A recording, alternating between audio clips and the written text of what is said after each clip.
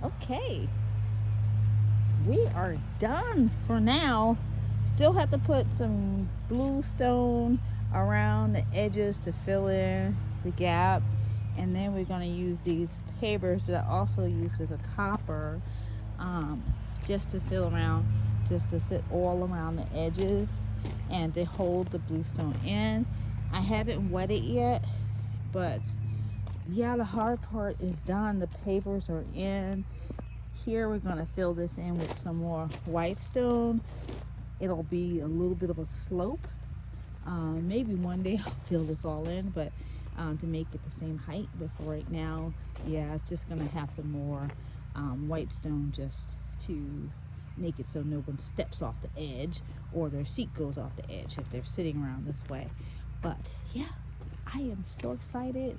So excited. When it's wet, it's going to look beautiful. It's a little sandy right now, but the fire pit area has come a long way. We are ecstatic. Matter of fact, we're going to build a fire tonight, and we're going to build a fire.